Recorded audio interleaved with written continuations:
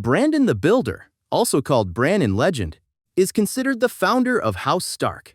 He is said to have lived during the Age of Heroes, long before the Andals came to Westeros, which makes him one of the first men. Many stories claim he was the son of Brandon of the Bloody Blade, a warrior remembered for fighting giants and battling the children of the forest. Legends attribute to Brandon the construction of the wall after the Long Night, supposedly with the help of the children of the forest and the giants, who used both magic and brute force to move massive blocks of ice. During this time, he is said to have learned the true tongue, the language of the children. Brandon is also credited with building Winterfell, again with the assistance of giants, and with granting land known as the Gift to the Night's Watch, a stretch of territory 50 leagues south of the Wall meant to provide the Watch with resources. Some argue that another Brandon Stark, not the Builder, made this grant. Other tales even suggest that he designed the High Tower at Old Town, though some believe it was his son who did so. Whether all these achievements belong to him or not, Brandon the Builder remains the legendary figure who gave rise to House Stark and its legacy. King Theon Stark, remembered by the nickname the Hungry Wolf, earned his title because of the constant wars that marked his reign. He ruled Winterfell during the era of the Andal invasion, when foreign conquerors attempted to claim lands across Westeros. Theon defended the north with great ferocity, joining forces with House Bolton to face the Andal warlord Artos Sevenstar at the Battle of the Weeping Water. Theon's forces crushed the Andals, and he displayed Argos's body on the prow of his ship as a grim warning. After this victory, Theon built his own fleet and sailed east across the narrow sea, carrying Argos's corpse as a trophy. He burned Andal villages along the coastline, killed hundreds of settlers, and captured 3 houses, along with a fortified sept.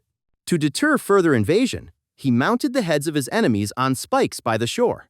Theon did not stop there. He went on to conquer the Three Sisters, a set of islands in the Bight, sparking a lasting war between House Stark and House Arryn over control of the territory. Later in life, Theon fought northern rebels in the Rills, suppressing their uprising, and he also lent his strength to the Night's Watch in their campaign to defeat wildling forces beyond the Wall. When the Ironborn launched raids on the Stony Shore, Theon struck back decisively, killing many of them and driving the rest away.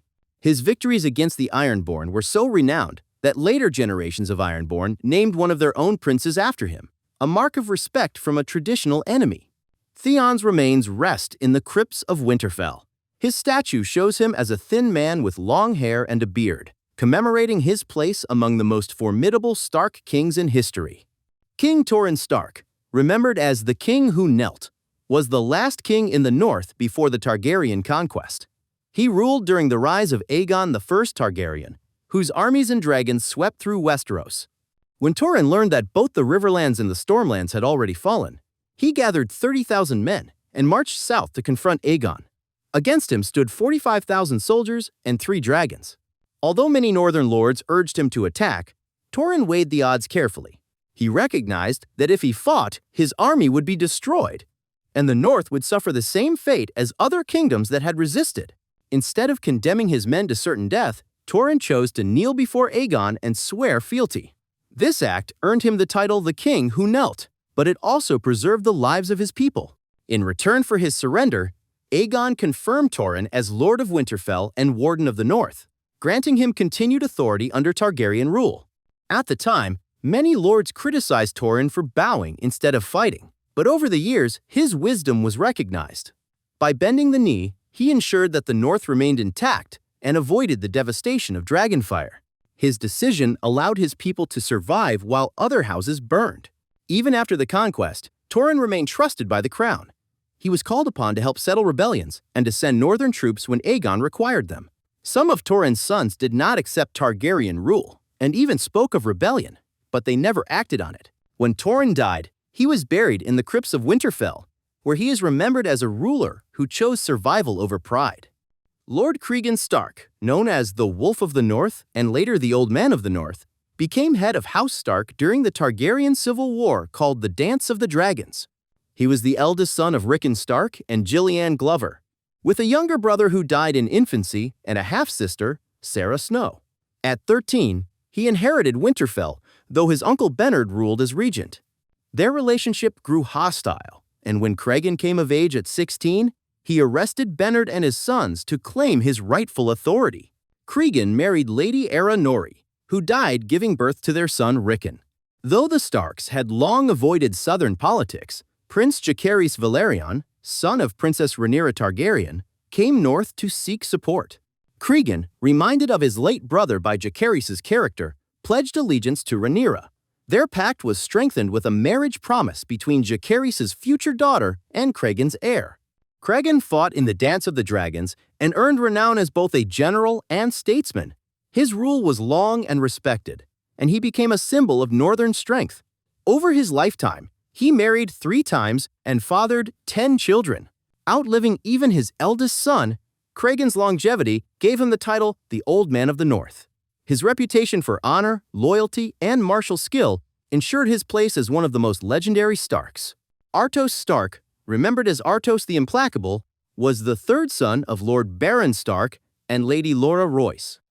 Bran was the grandson of Lord Cregan Stark, which made Artos Cregan's great-grandson. Unlike many of his kin, Artos never became Lord of Winterfell, yet he gained renown as one of the most fearsome warriors of his age. His moment of greatest fame came during the invasion of Raymond Redbeard, a king beyond the wall who led wildling forces south across the wall. Lord William Stark, Artos' elder brother, called the banners to repel the threat. At the Battle of Long Lake, William was killed, but Artos pressed on, meeting Raymond in combat and slaying him. With their leader dead, the wildling army collapsed, ending the threat to the north. When the Night's Watch arrived too late to take part, Artos commanded them to deal with the bodies of the slain, a sign of his stern and uncompromising nature. Though not a lord, Artos' deeds earned him honor, usually reserved for rulers. A statue of him was placed in the crypts of Winterfell, where only kings and lords were typically memorialized.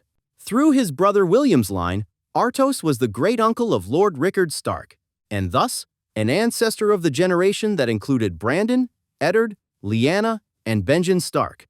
His reputation as a warrior and protector of the realm cemented his place in northern memory as one of the most formidable Starks never to sit as Lord of Winterfell. Lord Rickard Stark, the only child of Lord Edwyle Stark and Lady Marna Locke, was a determined and ambitious head of House Stark. He married his cousin Lyanna Stark, and together they had 4 children: Brandon, Eddard, Lyanna, and Benjen. As Lord of Winterfell, Rickard sought to expand the North's influence and power. On one visit to King's Landing, he even proposed to King Aerys II Targaryen that another wall be built farther north, with new lands claimed for settlement, an idea that reflected his forward-looking ambition.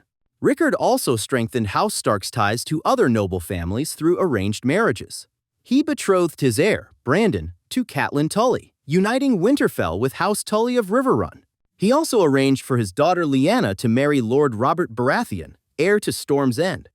These alliances would have given the Starks strong political connections across the realm. However, his plans unraveled after Prince Rhaegar Targaryen's relationship with Lyanna led to her abduction. Brandon rode to King's Landing to demand her return but was arrested by Aerys. The Mad King then summoned Rickard to answer for his son's actions. When Rickard demanded trial by combat, Aerys declared fire as House Targaryen's champion. Suspended over a pyre, Rickard was burned alive in front of the court, while Brandon strangled himself trying to reach his sword. Rickard's brutal death shocked the realm and helped spark Robert's rebellion. His legacy lived on through his children, but his ambition and careful alliances were cut short by Aerys' cruelty. His body was returned to Winterfell and laid to rest in the crypts, marking the violent end of one of the most politically minded Stark lords in recent history. Brandon Stark, eldest son of Lord Rickard Stark, was known for his striking presence. Taller and more handsome than his younger brother Eddard, he was fiery in temperament, bold, passionate, and quick to act. Unlike Ned, who was solemn and reserved, Brandon was hot-blooded and outspoken. He excelled at swordsmanship, surpassing his brothers in skill, and was also an accomplished horseman. His impulsive nature, however, played a role in his early death. During the Great Tourney at Harrenhal, Brandon competed but was unhorsed by Prince Rhaegar Targaryen. Rhaegar went on to win the tournament and placed a crown of blue roses in Lyanna Stark's lap, an open insult since she was betrothed to Robert Baratheon. Brandon nearly confronted Rhaegar then, but was restrained by others. Soon after, at River Run, Brandon became engaged to Catelyn Tully. Before the wedding, he was challenged to a duel by Peter Baelish, who loved Catelyn. Brandon accepted, but, seeing Peter's youth and light armor, fought without most of his own armor. He easily defeated Baelish, sparing his life but leaving him gravely wounded. Brandon's fate was sealed when he learned of Lyanna's abduction by Rhaegar. He and his companions rode to King's Landing, demanding her release. Aerys II had them seized. Brandon was strangled in a cruel contraption, his neck bound with a cord while his sword lay just beyond reach. As he struggled toward it, he choked himself to death, forced to watch his father burn alive. He was only 20 years old. Despite never becoming Lord of Winterfell, Brandon was buried in the crypts alongside his father, a mark of how deeply Eddard loved him. His short life left behind the memory of a Stark who embodied passion and fire but perished at the hands of the Mad King's cruelty. Lord Eddard Stark, most often called Ned, was the second son of Lord Rickard Stark and became head of House Stark after the deaths of his father and elder brother. From childhood, he was known for his reserved, honorable nature. At the age of 8, he was fostered at the Eyrie under Lord Jon Arryn, where he grew close to Robert Baratheon. Jon became a second father to him, and Robert, a lifelong friend. This bond shaped the course of his life. When he was 16, Ned split his time between the Eyrie and Winterfell. It was during one such visit that he carried Robert's marriage proposal for Lyanna Stark. At the Harrenhal tourney, Ned danced with Ashara Dane, sparking rumors of affection between them. Soon after, tragedy struck. His father and brother were executed by Aerys II, and Jon Arryn refused the king's demand to surrender his wards. This defiance began Robert's rebellion. Ned called the Banners of the North, fought at the Battle of the Bells, and married Catelyn Tully to seal the Stark-Tully alliance.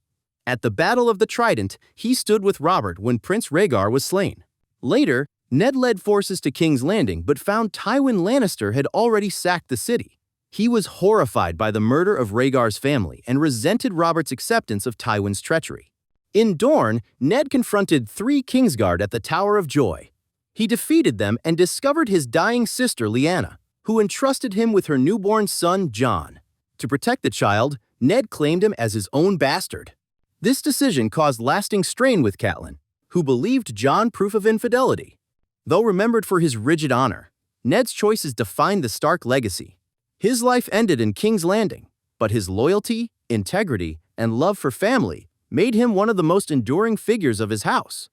Lyanna Stark, the only daughter of Lord Rickard Stark and Lady Liara, was often compared to her niece Arya for her wild, spirited nature. Slender and beautiful, she bore the Stark look, though some likened her to Margaery Tyrell in charm and appearance. Unlike her sister-in-law Catelyn, Lyanna preferred riding and swordplay to traditional feminine pursuits.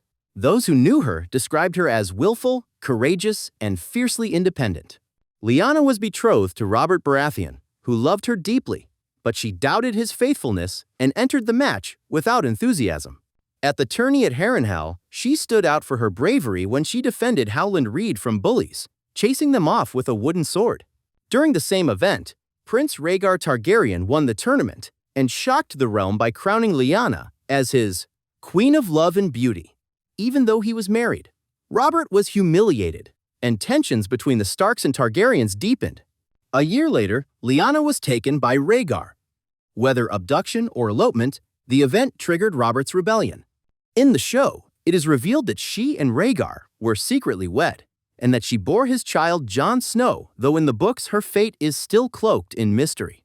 What is certain is that she died young, only 16, in the Tower of Joy.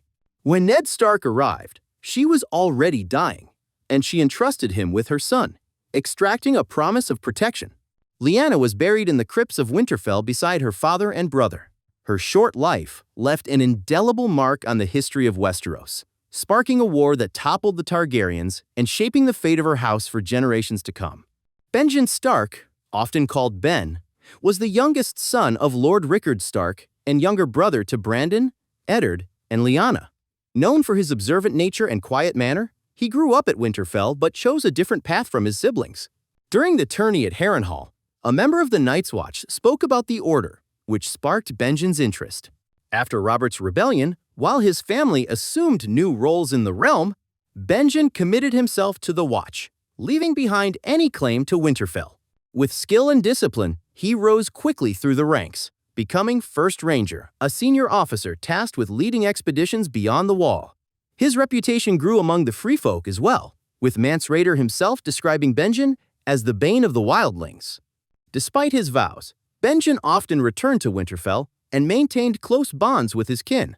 It was during one such visit that he spoke with Jon Snow, encouraging him toward the Night's Watch and later welcoming him at the Wall. On an early mission north of the Wall, Benjen vanished while searching for missing rangers. In the books, this disappearance remains unresolved, but in the show he is found to have been mortally wounded by White Walkers. Saved from full transformation by dragonglass, he became half dead, unable to cross the Wall because of the protective spells carved into its foundation. He later aids Bran Stark and Meera Reed in escaping Whites and rescues Jon Snow from death, ultimately sacrificing himself in battle against the undead. Though his destiny diverged in book and show, Benjen remains defined by duty, loyalty, and sacrifice. He was widely seen as a likely candidate for Lord Commander of the Night's Watch, had his fate not intervened. Robb Stark, eldest son of Lord Eddard and Lady Catelyn, was known as the Young Wolf. Born at Riverrun during Robert's Rebellion, he was raised at Winterfell and grew up close to his half-brother Jon Snow. From childhood, Robb trained with sword and shield, showing strength, speed, and discipline. He befriended Theon Greyjoy, who was fostered at Winterfell, and treated him as a brother despite Theon being a hostage. Robb inherited his father's sense of honor and justice, and though still a boy, he learned to act with the seriousness of a lord. When Eddard was executed, Robb called the Banners of the North and led his forces south, achieving multiple victories against the Lannisters. His direwolf, Grey Wind, was always at his side in battle. After these successes, his bannermen hailed him as King in the North, reviving the old title abandoned since Torren Stark. His leadership inspired loyalty, and he was respected as both a warrior and commander despite his youth. In the show, Robb fell in love with Talisa and married her, breaking a betrothal alliance with House Frey. In the books, the woman was Jane Westerling, whom he wed after bedding her in grief over the false news of Bran and Rickon's deaths. Though the circumstances differ, both versions show Robb's decision leading to disaster. At the Red Wedding, hosted by House Frey under Lannister influence, Robb, Catelyn, and many Northern lords were massacred. Robb's reign was short-lived, but his courage and victories secured him a place in Northern legend. He embodied the honor of his house, but his youthful choices and broken alliances brought about his downfall. Sansa Stark, eldest daughter of Lord Eddard and Lady Catelyn, grew up at Winterfell with an upbringing shaped by Septa Mordane, who instructed her in proper courtly behavior. From childhood, she showed a love for songs, tales of knights, and romantic stories. Sansa was described as beautiful, favoring her Tully heritage with auburn hair and blue eyes. She enjoyed embroidery, music, and dancing, and was groomed to be a noble lady fit for marriage. At the start of the story, Sansa was betrothed to Prince Joffrey Baratheon. She traveled with her father to King's Landing, dreaming of becoming queen. However, Joffrey's cruelty soon shattered her illusions. After Ned Stark's arrest and execution, Sansa became a hostage at court, forced to navigate the dangers of the capital. She learned to conceal her true thoughts, practicing politeness and obedience, while quietly enduring humiliation and abuse. Her direwolf, Lady, was killed early in the conflict, symbolizing her loss of innocence. Alone in the Red Keep, Sansa relied on caution and her ability to observe others. Over time, she grew more calculating, especially under the manipulations of Petyr Baelish, who took her into his custody after her escape from King's Landing. In the books, her development is more gradual, showing a long process from naive girl to politically aware young woman. In the show, her growth into a hardened leader is portrayed more quickly. Sansa eventually learned to balance courtesy with quiet defiance, becoming adept at survival in a hostile environment. Though often contrasted with Arya for her traditional femininity, Sansa's arc demonstrates resilience through adaptability, rather than open rebellion. Her early naivety gave way to hard-won wisdom, making her one of the most politically skilled members of her house. Arya Stark, the third child of Lord Eddard and Lady Catelyn, was born and raised at Winterfell. From an early age, she clashed with the expectations placed on noble girls. Unlike her sister Sansa, Arya disliked embroidery and courtly lessons, preferring swordplay, exploration, and tales of adventure. Her looks reflected her Stark heritage: a long face, lean build, and gray eyes. She was often teased and even called Horseface, though her father said she resembled his beloved sister Lyanna in both appearance and temperament. Arya bonded closely with Jon Snow, who supported her unconventional interests. He gifted her a small sword she named Needle, which became her most treasured possession. Her direwolf, Nymeria, shared her fierce and untamed spirit. Arya showed natural talent with mathematics, writing, and quick thinking, and she excelled in physical activity. She was also left-handed, giving her an advantage in combat. When the Starks traveled to King's Landing, Arya's defiant personality put her at odds with authority figures. After the deaths of her father and teacher, she began a long journey of survival. In the books, this journey is harsher, filled with deeper trauma and loss, which helps explain her later decision to join the Faceless Men of Braavos. There, she trained as an assassin, learning to abandon her identity and take on new faces. Despite this, Arya never fully surrendered her Stark loyalty. In the show, her arc includes returning to Westeros and exacting vengeance on those who wronged her family. She later played a pivotal role in the fight against the White Walkers and chose to sail west of Westeros to explore unknown lands. Beloved for her independence and strength, Arya embodied the Stark will in its most restless, untamed form. Brandon Stark, most often called Bran, was the second youngest son of Lord Eddard and Lady Catelyn. Born at Winterfell during a long summer, he was named after his late uncle, Brandon Stark. At the beginning of the story, Bran was only 7 years old. Gentle and thoughtful, he was well loved by all at Winterfell. His great passion was climbing the walls and towers of the castle, a pastime that showed both his curiosity and his daring spirit. Bran was close to his siblings and especially fond of old stories told by Old Nan, preferring the frightening ones about the Long Night, the Children of the Forest, and the White Walkers. He dreamed of knighthood and looked up to warriors of legend. He was accompanied by his direwolf, Summer, with whom he shared a strong bond. After witnessing Jaime and Cersei Lannister together, Bran was pushed from a tower and left crippled, unable to walk. His life changed drastically, but he soon discovered another gift: the power of skin changing, which allowed him to experience the world through the eyes of animals. This ability, rare even among the North, eventually led him beyond the Wall. In the books, his development into the mystical role of the Three-Eyed Raven is explored with far greater detail than in the show. Through his training, Bran gained visions of the past, present, and possible futures. Though still a boy, he carried the weight of ancient knowledge. His story showed a shift from the dreams of a child who wanted to be a knight to the destiny of a seer tied to the deepest magic of Westeros. Rickon Stark, the youngest child of Lord Eddard and Lady Catelyn, was born at Winterfell and was only 3 years old when the story began. Described as strong-willed and aggressive for his age, Rickon often displayed the wild and untamed nature common among the Starks. Despite his stubbornness, he was also playful and laughed easily, a reminder of his youth. He shared a particularly close connection with his direwolf, Shaggy Dog, who mirrored Rickon's fierce and unpredictable personality. Rickon looked up to his older brothers and often tried to imitate them, though his attempts were marked by childish impatience. His bond with his siblings was deep, and their absence during the Wars of Westeros weighed heavily on him.